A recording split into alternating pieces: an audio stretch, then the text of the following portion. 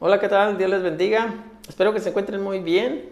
Bienvenidos a este canal de la Iglesia Bautista Central de Ciudad Obregón. Esto es Escuela Dominical, estudios bíblicos especialmente indicados para adultos, pero también para jóvenes.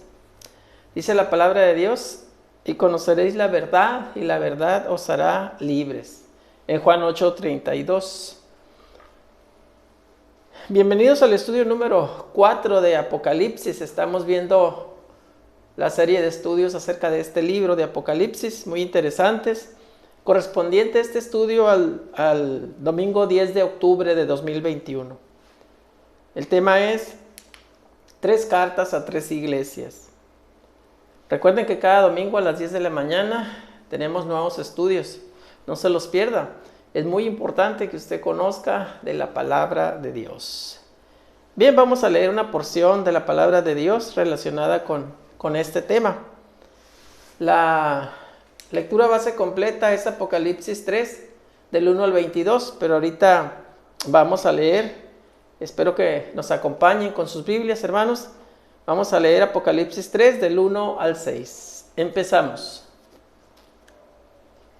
Escribe al ángel de la iglesia en Sardis, el que tiene los 7 espíritus de Dios y las 7 estrellas, dice esto: yo conozco tus obras, que tienes nombre de que vives y estás muerto.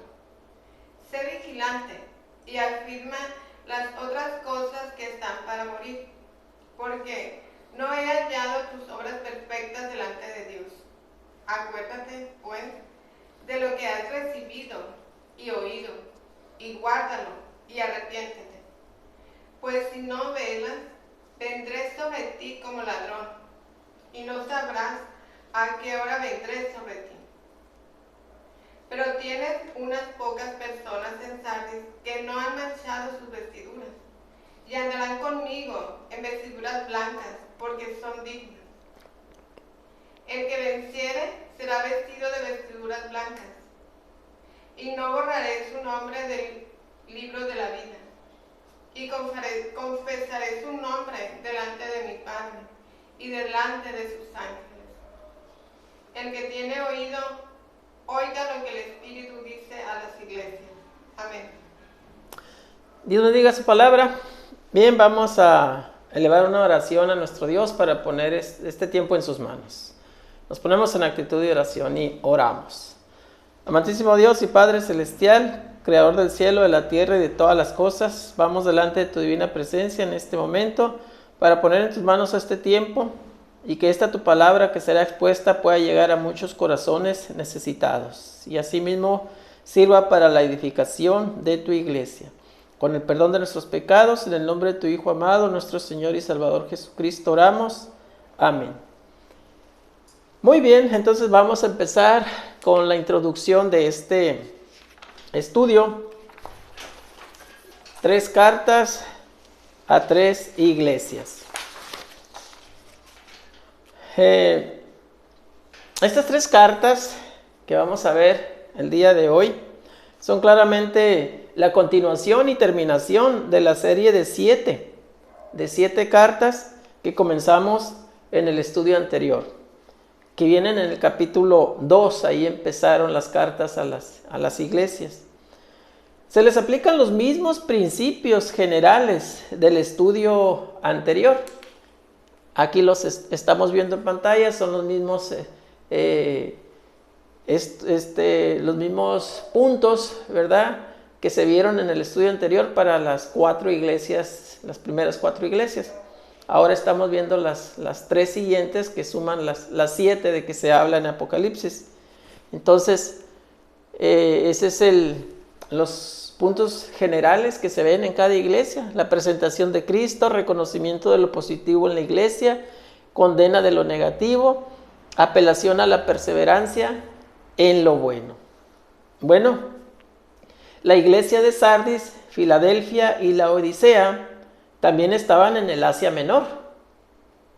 Y con las otras 4, que ya vimos en el estudio anterior, ¿verdad?, eran una especie de círculo, lo que puede explicar el orden en que están colocadas, una especie de círculo, ¿verdad? No eran todas las que existían en esa época, ni siquiera en la zona, había más.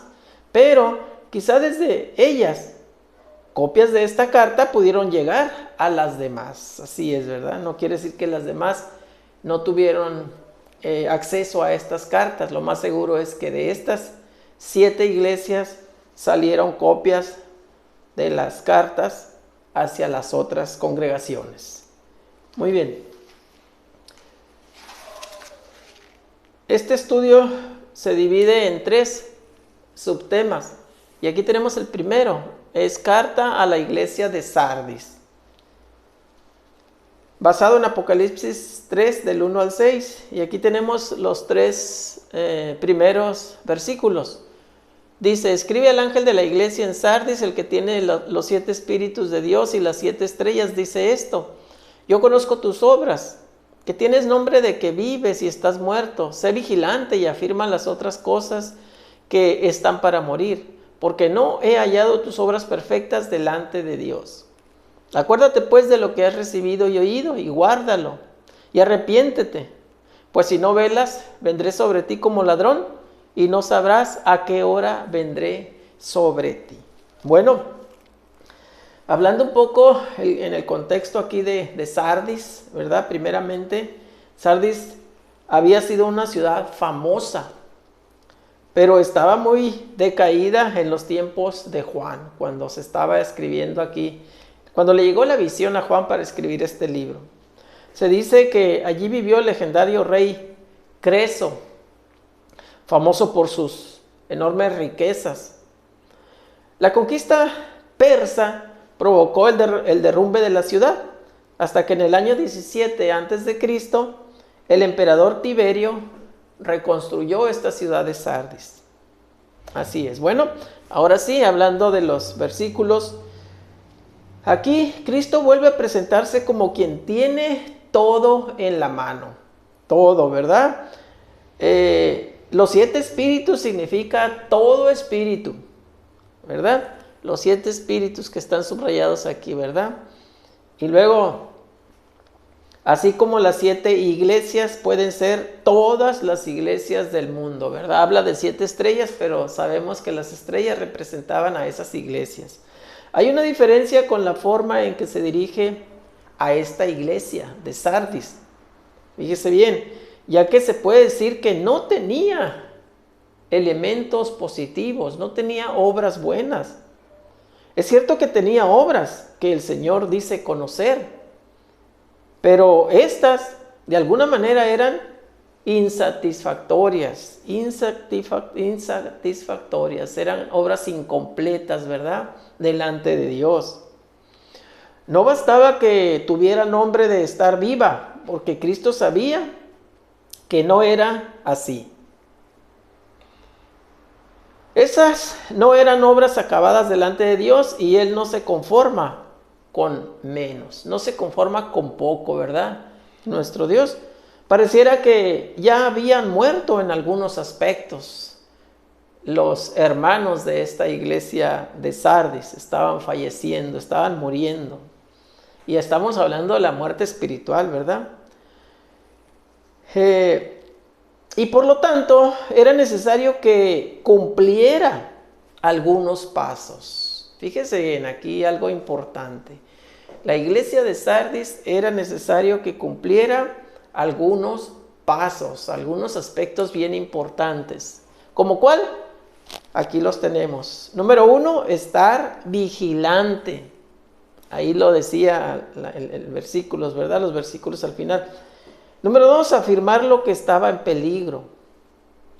3, recordar el mensaje oído antes. 4, mantenerlo en vigencia. Y 5, arrepentirse. Arrepentirse. Dice, no he hallado tus obras perfectas. Ahí habían que tener un arrepentimiento. Bien, pasamos a los versículos 4 al 6. Dice, pero tienes unas pocas personas en Sardis que no han manchado sus vestiduras, y andarán conmigo en vestiduras blancas, porque son dignas. El que venciere será vestido de vestiduras blancas, y no borraré su nombre del libro de la vida. y confesaré su nombre delante de mi Padre y delante de sus ángeles.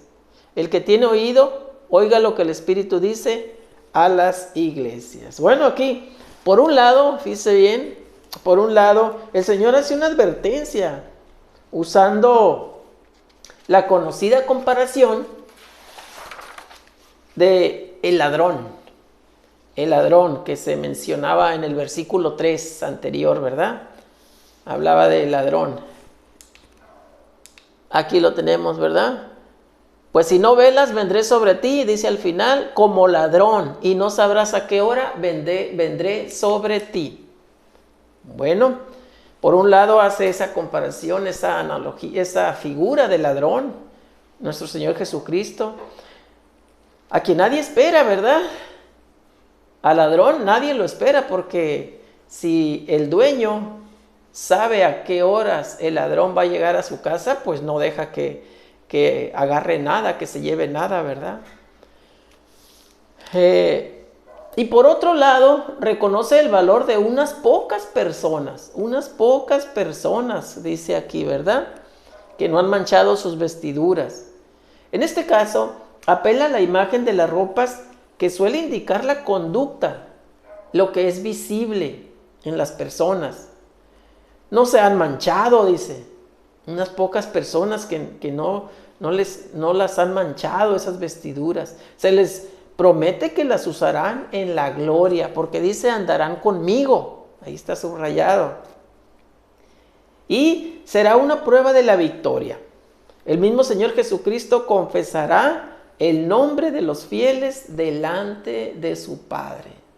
Qué bonito, ¿verdad? Todos aquellos que no han manchado sus vestiduras andarán conmigo, dice, yo confesaré su nombre delante de mi Padre, dice el mismo Señor, nuestro Señor Jesucristo.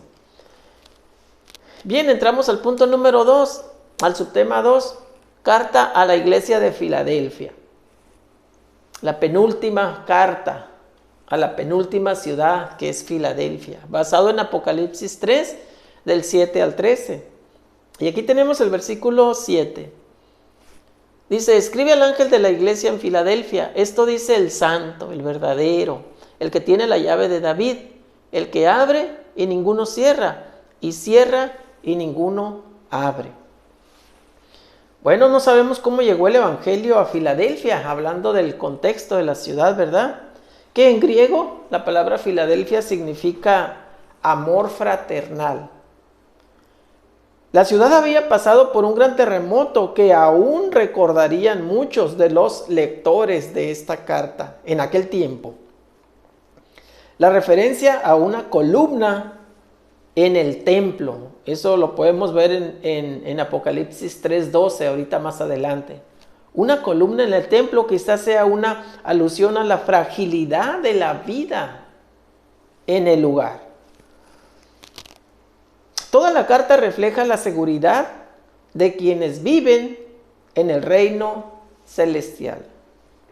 Muy bien, entonces, al comienzo, Cristo usa para sí mismo calificativos que suelen referirse al Padre. ¿Cuáles son? Santo, verdadero. Esos son, ¿verdad? Luego apela las distintas fases de otra comparación que nos recuerda que él mismo dijo, por allá en Juan 10:7, yo soy la puerta. Aquí habla de puerta, ¿verdad? La puerta tiene la llave de David, y la llave se usa en las puertas. Entonces está hablando de una puerta, ¿verdad?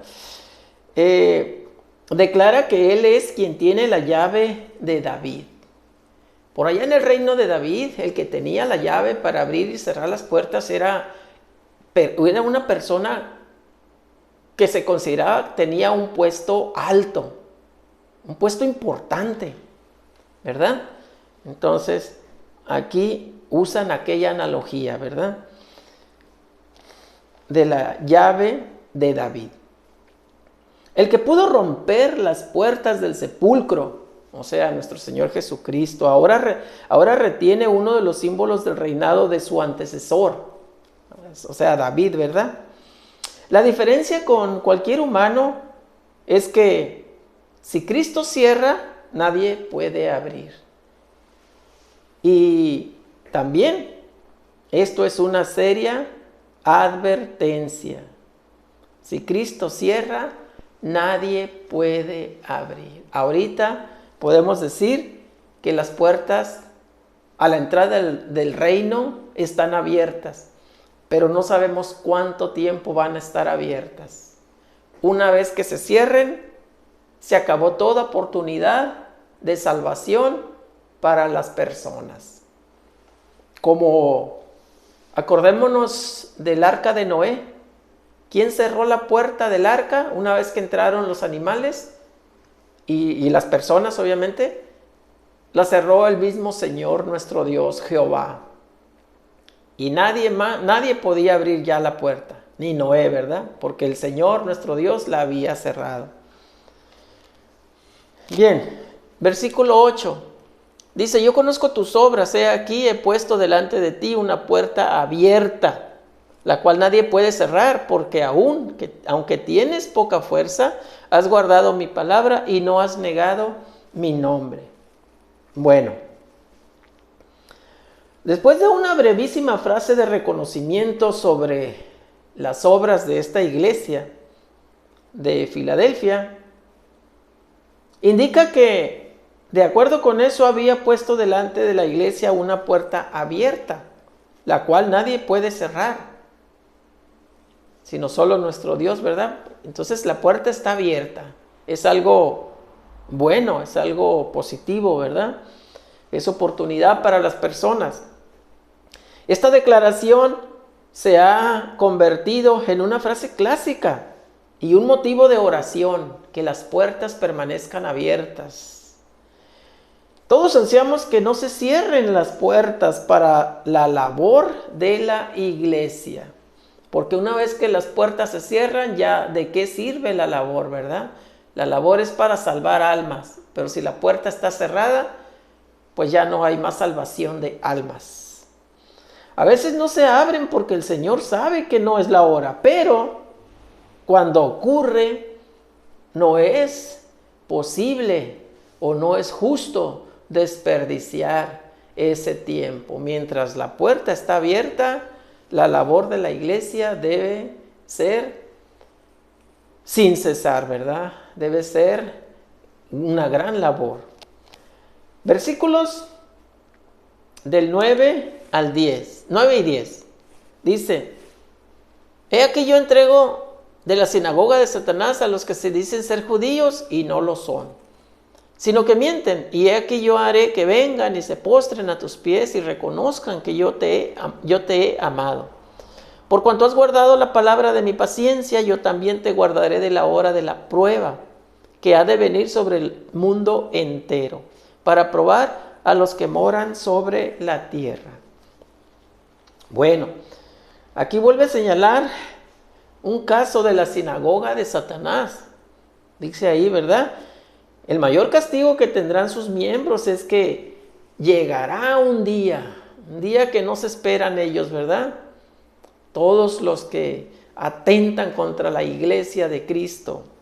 Llegará un día en que todos postrados reconocerán que el amor de Cristo está con su iglesia fiel. El amor de Cristo está con su iglesia fiel, pero no con aquellos que distorsionan la verdad, como estos, ¿verdad? La sinagoga de Satanás que están mencionados aquí. Distorsionan la verdad. Atentan contra la iglesia de Cristo. Versículo 11. He aquí yo vengo pronto, retén lo que tienes para que ninguno tome tu corona. Bueno, la fidelidad se demuestra con la paciencia en las pruebas. Así se demuestra que uno es fiel, con la paciencia que uno tiene en las pruebas que le vienen. A todos nos vienen pruebas. ¿Con qué paciencia espera usted o mantiene esas pruebas cuando le llegan a su vida? Ahí se deja ver la fidelidad que tenemos a nuestro Dios. Ahí la hacemos ver, ahí se demuestra qué tan fieles somos, qué tanta fe tenemos. Ahí es probada nuestra fe, ¿verdad? Tenemos una corona, pero debemos hacer nuestra parte para retenerla, por supuesto que sí. Para hacerlo tenemos la promesa divina de que Él nos guardará de las pruebas futuras. Él está con nosotros, nuestro Señor Jesucristo. Además sabemos que vendrá pronto y esa esperanza nos anima a seguir adelante con nuevos bríos, sabiendo que llegará un día cuando no habrá más llanto, ni más tristeza, ni más dolor, ¿verdad? Va a ser solamente felicidad. Llegará un día, por supuesto que sí. Versículos 12 y 13. Dice: al que venciere yo lo haré columna en el templo de mi Dios. Aquí está la palabra columna que citábamos hace ratito, ¿verdad? Y nunca más saldrá de allí, y escribiré sobre él el nombre de mi Dios y el nombre de la ciudad de mi Dios, la nueva Jerusalén, la cual desciende del cielo de mi Dios, y mi nombre nuevo. El que tiene oídos oiga lo que el Espíritu dice a las iglesias. Bueno, finalmente la carta tiene la promesa de que la iglesia será una columna, dice ahí, ¿verdad? O sea que ella misma sostendrá a otros, la iglesia. Ese día las cosas serán diferentes, ya no necesitará de la ayuda de otros. El nombre de Dios estará escrito sobre ella, como dice el versículo, demostrando de dónde procede la autoridad, ¿verdad? De Dios, por supuesto. Las ideas de una nueva Jerusalén que desciende del cielo y de un nombre nuevo para los creyentes reaparecerán más tarde. Aquí tienen relación con el carácter universal de las pruebas que han de venir. Dice: al que venciere. Las pruebas que han de venir. Y luego al que venciere. ¿Quién? Esas pruebas. ¿Con qué? Con mucha paciencia, con mucha fe, con mucha fidelidad, ¿verdad? Muy bien. Entonces aquí empezamos el subtema 3, que es carta a la iglesia de la Odisea, Apocalipsis 3 del 15 al 22. Y aquí tenemos el Apocalipsis 3 del 15 al 16, pero primero vamos a ver el contexto de esta ciudad de la Odisea. Era conocida por ser un importante centro comercial, cuya fama llegaba hasta la misma Roma. Podemos imaginar que los pobladores estaban orgullosos de vivir en esa ciudad de la Odisea, lo cual nos explica el tono de esta carta de nuestro Señor Jesucristo a esta ciudad, a esta iglesia que estaba en la Odisea. Bueno, dicen los versículos: yo conozco tus obras, que ni eres frío ni caliente. Ojalá fueres frío o caliente, pero por cuanto eres tibio y no frío ni caliente, te vomitaré de mi boca. Palabras fuertes, ¿verdad? Pero también palabras adecuadas por el destinatario que tenía esta carta, que era la iglesia de la Odisea. Vamos a ver cómo eran estas personas para que se merecieran este tipo de palabras. La carta a la Odisea es una carta triste. Ya vemos cómo empieza, ¿verdad? En ella tampoco encontramos motivos de elogio. Así como Éfeso se caracterizaba por haber perdido el primer amor, y Sardis por tener obras imperfectas delante de Dios, la condición de la Odisea no era la corrupción o la herejía, sino la tibieza. Por cuanto eres tibio, dice, te vomitaré de mi boca. Aquí no hay referencia a falsos maestros ni a persecuciones en esta iglesia de la Odisea.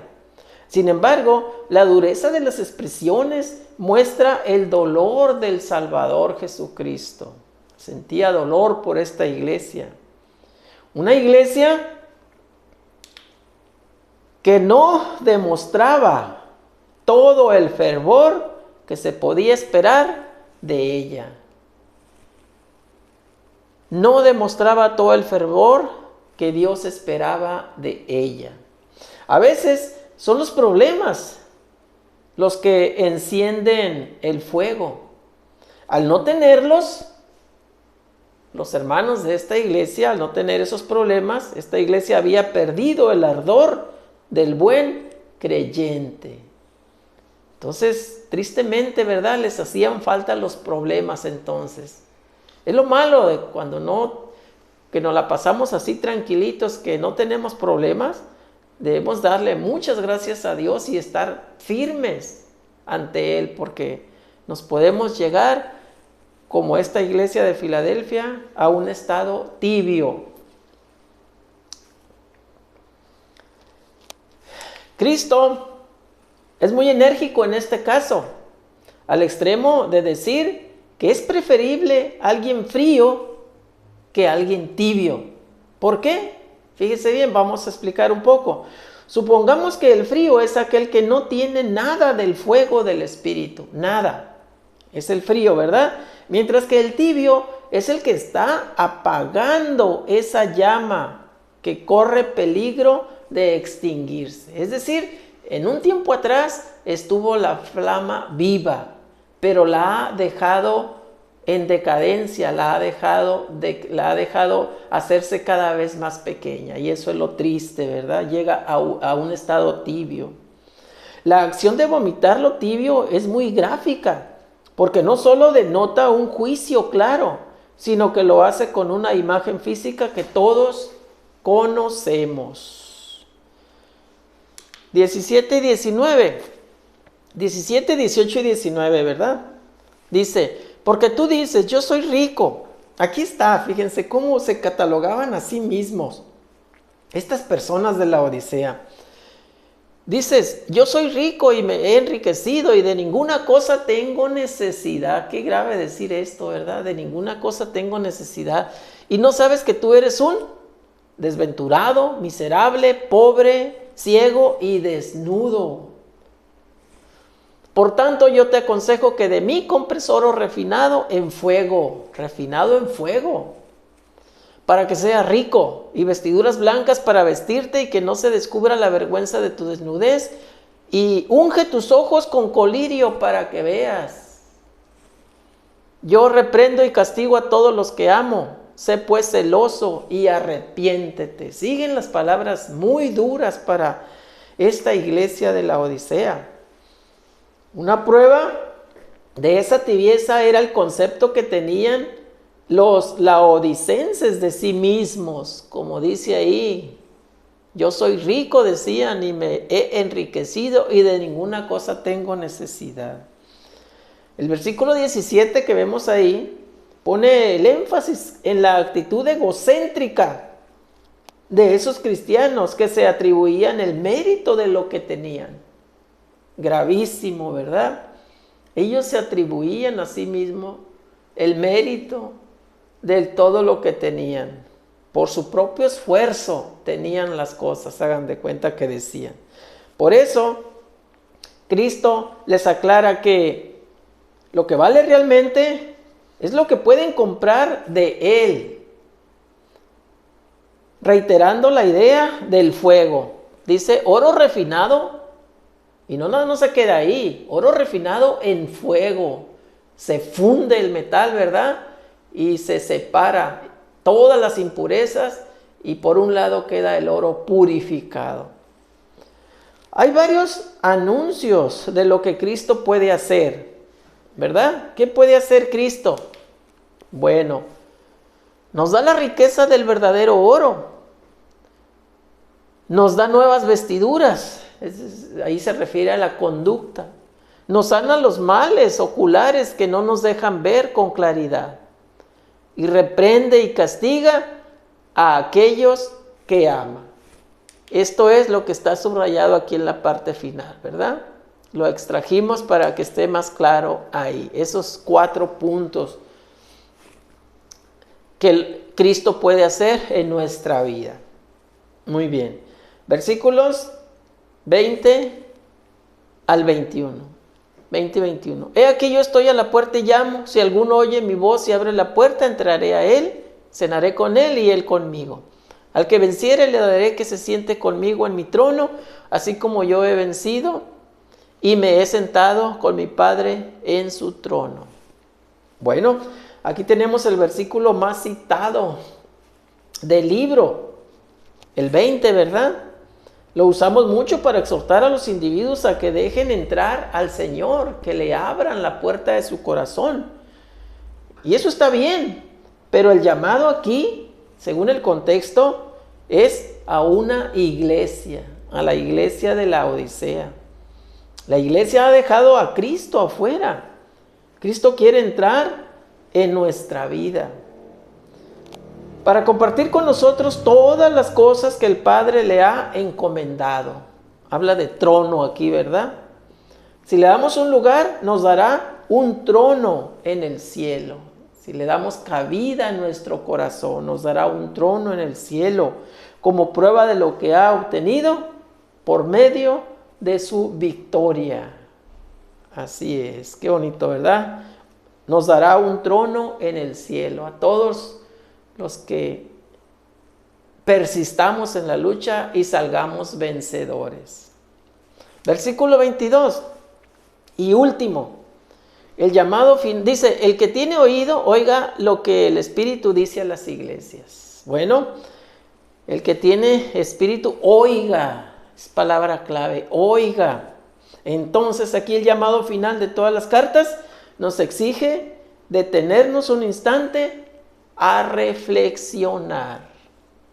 Esta es la última iglesia de las 7 que vimos desde el estudio anterior, próximo pasado y este. Es la última y con esto se cierra el capítulo 3 que venía con un tema desde el capítulo 2, con un tema de las cartas a las iglesias. Iglesias, 7, ¿verdad? Número perfecto. Y como formando un círculo también. No quedando nada fuera, el círculo está cerrado. Recordando que estas iglesias representan a todas las iglesias actualmente, a todas las iglesias del mundo. ¿Qué podemos aplicar del estudio? ¿Qué podemos aplicar a nuestras vidas? Bueno, tenemos 3 puntos. El Señor conoce nuestras obras. El Señor conoce nuestras obras, columnas en el templo y las verdaderas riquezas. Ok, el Señor conoce nuestras obras. Esta frase es una advertencia y es un aliento. Es las dos cosas, esas que estamos mencionando. Es una advertencia y también puede ser un aliento. ¿Por qué? Advertencia porque nada queda oculto ante los ojos de Dios. Si hacemos algo malo, Él lo ve. Y aliento porque si andamos en sus caminos, todo nos saldrá bien. Entonces, una advertencia cuando actuamos mal y un aliento cuando actuamos bien, ¿verdad? Así es. Y punto número 2, columnas en el templo. Ya hemos hablado algo de esta palabra columnas en el templo. Pablo escribió que Jacobo, Pedro y Juan eran considerados como columnas en la iglesia de Jerusalén, como columnas, hombres importantes, hombres de fe. El que venciere, dice, tiene una gran promesa. Será parte sustancial del edificio del templo, de donde nadie nos podrá quitar de ahí. Tendremos inscrito nada menos que el nombre de Dios y el de la Nueva Jerusalén, como veíamos anteriormente, ¿verdad? Modelo, la Nueva Jerusalén como modelo de la iglesia triunfante. Punto 3, la verdadera riqueza. Lo que en realidad vale es la salvación. Por supuesto que sí, ¿verdad? No la riqueza que podamos tener aquí de dinero, de metales preciosos. No, de joyas. Esa no se compra. Lo que en realidad vale es la salvación. Esta no se compra. Pero las vestiduras blancas, fíjese bien, son señal de una vida pura ante Dios. Requiere de nuestro esfuerzo, consagración y fidelidad. Entonces, le invitamos, hermanos, a dar este paso que dice aquí al final, para poder andar en esas vestiduras blancas. ¿No es imposible? Es posible, por supuesto que sí, pero estamos diciendo entonces que se requiere esfuerzo, se requiere consagración y se requiere fidelidad. Esperamos que todos estemos atentos a estas tres cosas y podamos vivir una vida digna delante de nuestro Dios. Eso es para los hijos de Dios, los que ya han recibido a Cristo en su corazón, ¿verdad? Pero estábamos diciendo que lo que en realidad vale es la salvación. Y la salvación es para los que tienen a Cristo en su corazón. ¿Usted tiene a Cristo en su corazón? Si es así, perfecto, felicidades. Pero si aún no tiene a Cristo en su corazón, entonces esa salvación tan grande que se habla aquí, pues no la tiene, porque así lo dice la palabra de Dios. Usted tiene que tener a Cristo en su corazón. Es tan fácil, pero tan importante. Es tan sencillo, pero tan importante también lograr tener a Cristo en nuestro corazón. Solamente con un corazón sincero tiene que platicar con Dios, declarar ante Él que es pecador, arrepentirse de esos pecados y pedirle perdón a Dios por esos pecados. Y Dios le perdonará si lo hace con un corazón sincero. Estamos hablando de la salvación. ¿Dónde pasará su eternidad? Si hace este paso que estamos diciendo, estos pequeños pasos, usted pasará la eternidad en la gloria de Dios. ¿Qué sigue? Pues abrir las puertas de su corazón a Cristo para que entre como Señor y Salvador de su alma. Y por supuesto, tratar de vivir una vida fiel ante nuestro Dios. ¿Y cómo podemos aprender a vivir fiel ante Dios? Leyendo su palabra, la Biblia, ¿verdad? Que Él nos dejó. Esa es la guía que tenemos si queremos vivir una vida digna delante de nuestro Dios. Espero que haga esa profesión de fe, porque eso marcará donde usted pase la eternidad, si en la gloria de Dios o en el infierno. Solamente esos dos caminos hay una vez que dejamos este mundo. Aquí abajo le dejamos más información de esto último que le estamos diciendo. Esperamos que atienda este mensaje que tiene que ver con la eternidad de su vida. Bien, gracias por haber estado con nosotros. Le invitamos a seguir en contacto por este mismo medio el próximo domingo a las 10 de la mañana. Le tendremos un nuevo estudio de la palabra de Dios.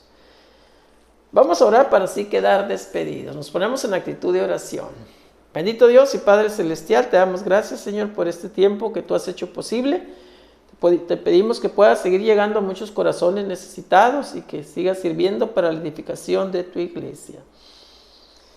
Te pedimos que bendigas a cada familia, de cada persona que ha puesto atención a este estudio y que pondrá en un futuro, mi Dios. Todo lo dejamos en tus manos con el perdón de nuestros pecados.